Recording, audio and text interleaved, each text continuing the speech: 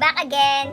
Oo nga pala guys, hindi ako nakapag-upload from yesterday kasi medyo nagpahinga muna ako ng slide kasi di ba kakagaling lang namin ng Maynila. So, that was actually a week na medyo busy kasi madami rin akong errands.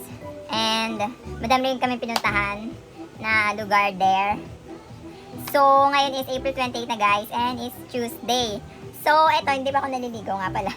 Pero guys, naman ako ng konti. And then, namin ako maligo. Mainit pa kasi. So, first things first in the morning, yung mga chores ko, yung mga naipon ko na mga maruruming damit is binawasan ko na siya, nilibhan ko na. And then, yung mga hindi ko nasulatan sa aking journal, sa aking planner, medyo in-update ko na din. And then, nga pala guys, nagtry akong planchahin tong gown na to, yung aking gown na isusuot para sa wedding ngayong this coming May. Actually, dalawa sila, and then mauna yung second week, parang second week siya ng May. Tama ba? Second week ng May. And hindi ko alam paano planchahin, pero nag-search ako, sabi, lagyan daw muna ng cloth na directly doon ilalagay sa iron tsaka doon sa pinakantela, maglalagay ng cloth sa middle para daw hindi mawala yung makindap, ganon. Tapos pero baka bukas na kasi wala na ako sa momento. Charot. Hindi. Ayun. Tapos nilagyan ko na lang ng cover. And siguro mamaya magbabasa ako ulit ng aking sinulat from my online study. And then Bible reading, syempre, pinaproblema ko nga, hindi ko na alam kung saan kung anong page natapos ko. Pero pag tingin ako naman, maalala ko naman yan. And then, nga pala kahapon, di ba hindi ako nakapag-upload ng vlog. And medyo siguro, kung isisingit ko or i-add ko sa clip yung kahapon na ginawa ko, yung kasi bumili ako ng photo album sa Maynila. And madami siyang pages, parang nilagay ko na doon lahat yung mga photos ko. And maganda dun kasi guys, yung di ba picture, tapos dun sa katabi ng picture meron siyang pwedeng sulatan na kung ano yung nangyari sa event na yon, kung basta pwede mo siyang lagyan ng description, ganon.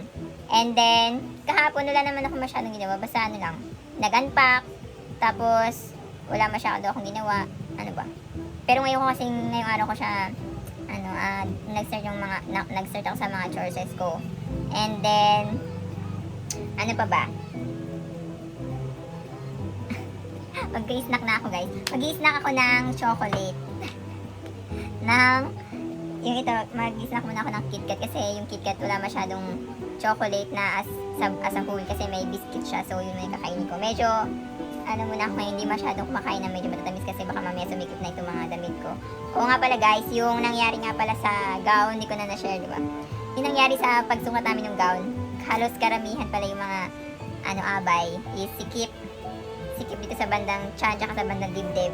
Hindi may sara yung zipper. So, ang gagawin, tatahiin na lang ulit yung mga gowns. And then, yun nga, itatanong ko pa kung paano pagkuha nun before nakasal.